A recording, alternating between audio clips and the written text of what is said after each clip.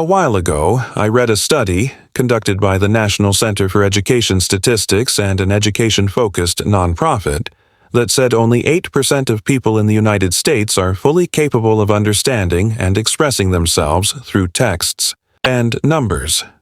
That's right, just 2 out of every 25 people are considered proficient in reading and math.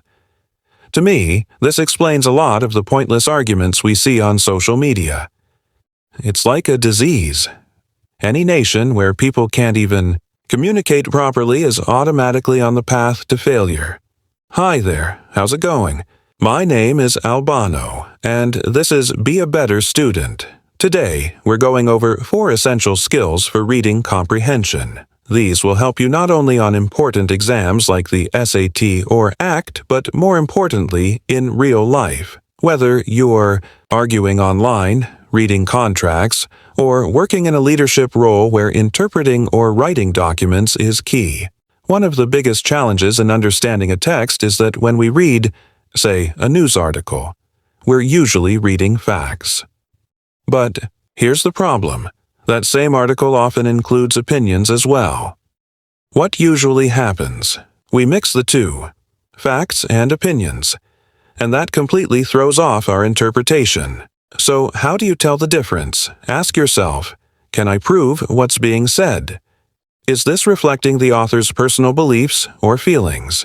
If you answered yes to the first question, you're dealing with a fact.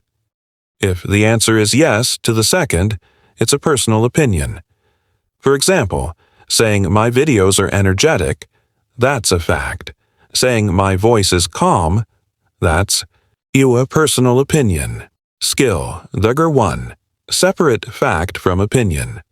When reading, it's normal to come across a few words you don't know. A lot of people get stuck here, trying super hard to figure out the meaning of that one word.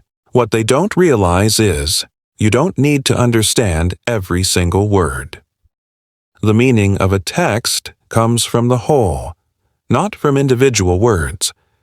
So even if you don't know a few terms, you can still understand the message if you use context clues. Skill Number 2. Understand the context. Every good nonfiction text is built around one main idea. Everything else in the text, the details, the explanations, the examples, exists to support that main idea.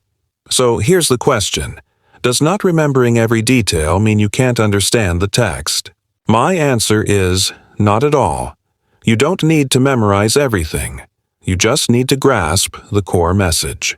Skill Number 3. Identify the main idea. Now imagine this line in a passage.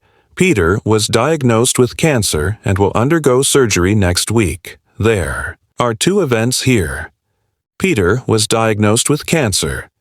Peter is going to have surgery. Which one caused the other? It's obvious, right?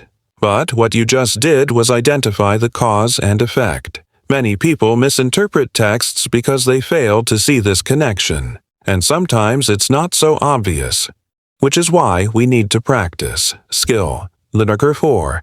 Distinguish cause and effect. The way this video was inspired by the book, Reading as a Strategic Game, which includes tons of examples like these and other strategies to improve your reading skills.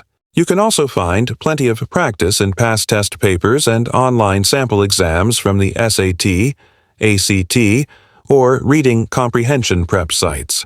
And remember, the best way to improve your reading comprehension is to practice consistently. In the next video, I'll share tips on how to practice the right way and get better, faster.